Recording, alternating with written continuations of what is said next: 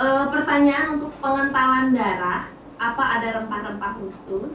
Terus ini menyambung dari kalulu juga tadi, kalau di bekam itu darah rendah, kalau HB-nya rendah bagaimana? Oke.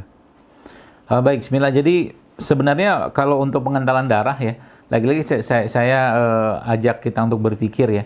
Maksudnya pengentalan darah itu teman-teman harus cari tahu dulu sebabnya apa. Apa sebabnya yang membuat darahnya kental ya.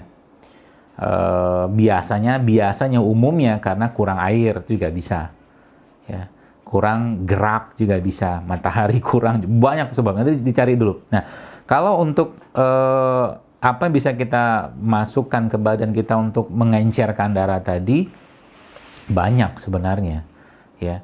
Paling mudah itu semua jenis bawang-bawangan ya, merah, putih, bombay, bawang dayak, itu semua mengencerkan darah ya. Kunyit juga mengencerkan darah ya. Itu yang paling mudah kayak begitu, yang mungkin teman-teman bisa lakukan. Atau sekarang juga banyak tuh yang sepertinya udah buat juga sih ya, kayak di feed saya itu saya pernah tulis namanya resep apa tuh, resep jantung JSR. Isinya itu jahe, cuka apel, jahe, cuka apel, madu, sama bawang putih. Sepertinya ada beberapa teman-teman yang sudah mulai buat juga itu bisa dipakai juga buat buat pengencer darah. Habatus sauda juga pengencer darah. Apa obat pengencer darah paling gampang? Sayuran. Makan sayur banyak-banyak, serat. Ya rumput laut, ya kolang-kaling itu kan tinggi serat tuh. Makan aja itu.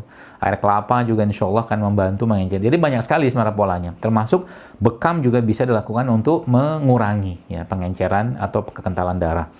Terus bagi yang HB-nya rendah, ya HB-nya rendah, bolehkah dibekam? Ya, kalau saya katakan mutlak, kalau HB-nya rendah banget, ya dalam kondisi orangnya lemes nggak boleh. Tapi kalau seandainya HB-nya masih dalam kondisi ya rendah, tapi orangnya masih mampu mengkompensasi, sebenarnya nggak apa-apa. Tapi ada tapinya. Sebelum dibekam, misalkan dia minum madu dulu, makan kurma dulu, minum jahe dulu. Nanti setelah dibekam juga seperti itu.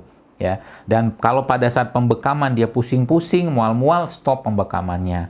Kalau memang perlu dibekam, tapi kalau tidak perlu dibekam, naikin dulu HB-nya. Resep naikin HB sudah ada saya share di feed. Nanti teman-teman tinggal baca tuh. Ada, sudah berapa bulan yang lalu, 2 bulan yang lalu pernah saya share tuh resep naikin HB.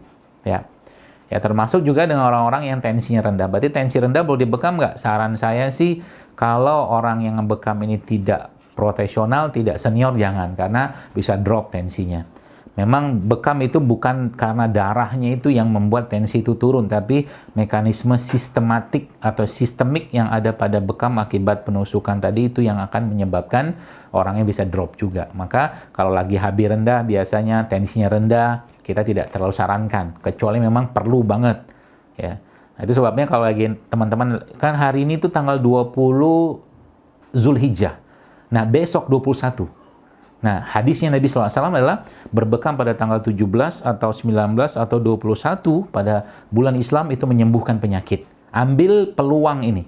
Ya, kalau yang bisa bekam besok, ambil bekam besok. Tapi kalau nggak mungkin, hari ini juga bisa berbekam. Pokoknya rutinkan untuk berbekam setiap bulan. Insya Allah sangat baik ya.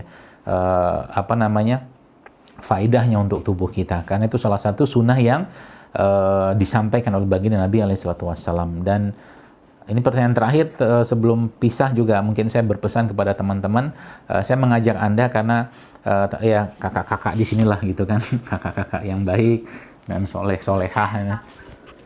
Saya adik ini mau pesan dikit, nah adik Zaidul mau pesan dikit, maksud saya negeri kita ini sudah banyak banget kerusakannya gitu kan, dari sisi makanan, dari sisi minuman, dari sisi apapun. Peradaban Islam ini ya akan sangat memerlukan orang-orang yang mau memilih menjadi bangunan peradaban tadi. Entah menjadi semennya, entah menjadi pasirnya, entah menjadi tiangnya, kita tinggal pilih mau jadi apa. Ya.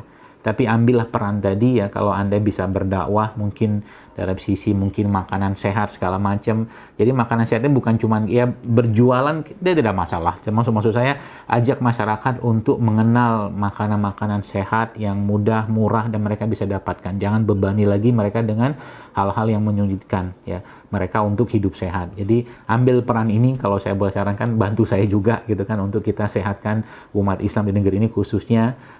Dan saya memahami banget bahwa solusi dari penyakit-penyakit yang cukup banyak di negeri ini ya, terutama degeneratif, itu ada pada rempah dan rimpang.